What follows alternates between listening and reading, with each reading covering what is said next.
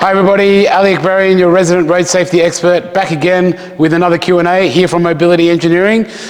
Keep those questions coming in. We love those questions, so thank you. And as we always say with this trusty subscribe pillow, please hit the button somewhere down there that looks like this. We'd love to get your support to get to that 1,000 subscribers. So please do that, and then we'll get you something cool after that.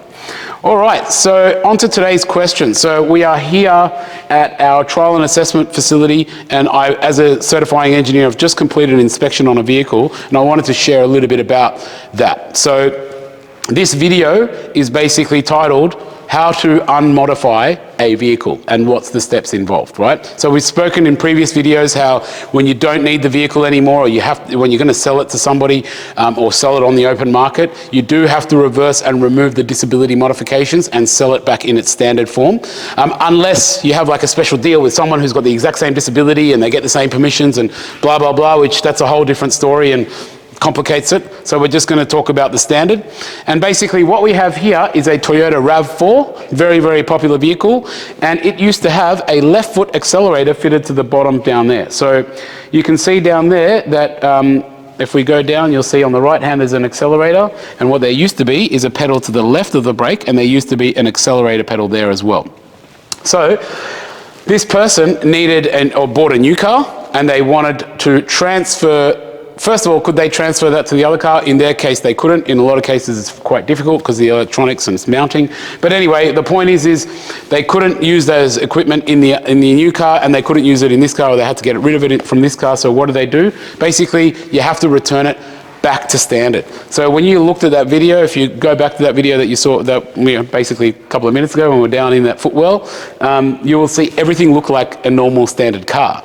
And that's because everything was reversed, and everything has to be reversed to make it back to normal. So if you've put any holes in the floor, you've got to plug them all up. If you've cut any pedals, you've got to re-weld them up or put new pedals on. So everything has to be put back to looking exactly like how the vehicle was presented when it was sold, right?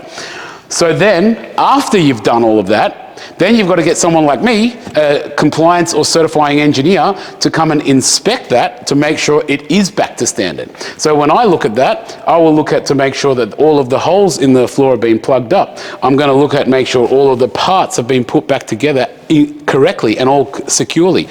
If the pedal has been welded, let's say they had a flip-up pedal that was cut and they wanted to weld it back to make it a non-flip-up pedal, they can, but then I'm going to look at the reinforcements around that and make sure they're strong enough to ensure that original strength is back or more, right? So those are little things that the certifying engineer is going to look at to make sure that everything is all back to standard, and then they will issue a certificate. Then you go to your government department and you get that verified, and then you get everything reversed, and your car then becomes a standard registered vehicle once again.